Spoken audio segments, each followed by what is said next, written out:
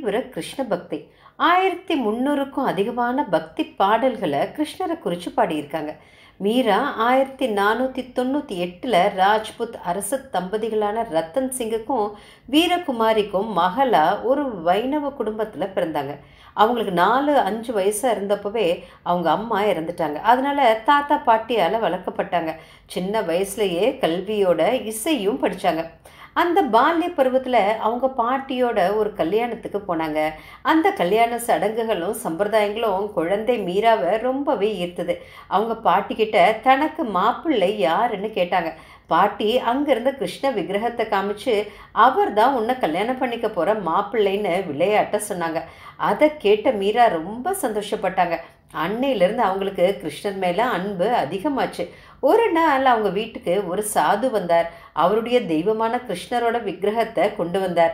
அது கிருஷ்ணர் விக்கிரகம்னு தெரிஞ்சுக்கிட்ட மீரா அது தனக்கு வேணும்னு அடம் பிடிச்சாங்க. வீட்டில் இருந்த பெரியவங்களும் அவளோட கிருஷ்ண பக்தியை எடுத்து சொல்லி அந்த சாதுக்கிட்ட இருந்த விக்கிரகத்தை வாங்கி அவகிட்ட கொடுத்தாங்க. அந்த கிரிதர கோபாலனோட விக்கிரகத்துக்கு தினம் தண்ணியால் அபிஷேகம் பண்ணி அலங்காரம் செஞ்சு அதோட ஆடிப்பாடி பக்தியோட வளர ஆரம்பித்தாங்க.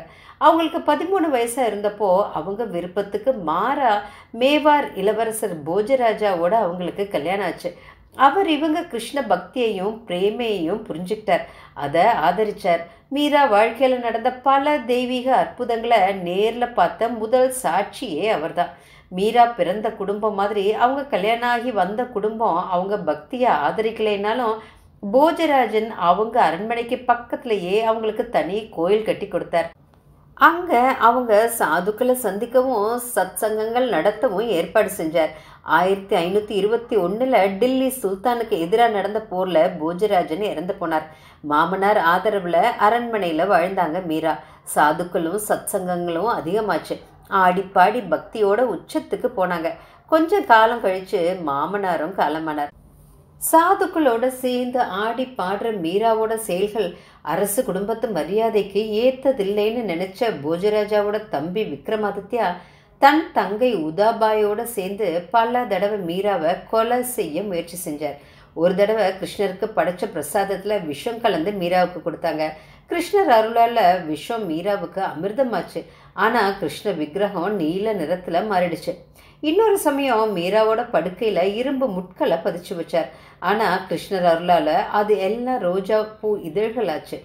வேறொரு சமயம் விஷ பாம்பு ஒன்று பூக்கூடையில் அடைச்சி அதை மீரா கிட்ட கொடுத்து அதை கிருஷ்ணருக்கு போட சொன்னாங்க. மீரா பூக்கூடையை திறந்தப்போ அது அழகான பூமாலையாச்சு. அரச குடும்பத்தோட தொல்லைகள் தொடர்ந்தது. ஒரு சமயம் அவங்க மீராவை ஆற்றுல குதிச்சு உயிரை விட சொன்னாங்க.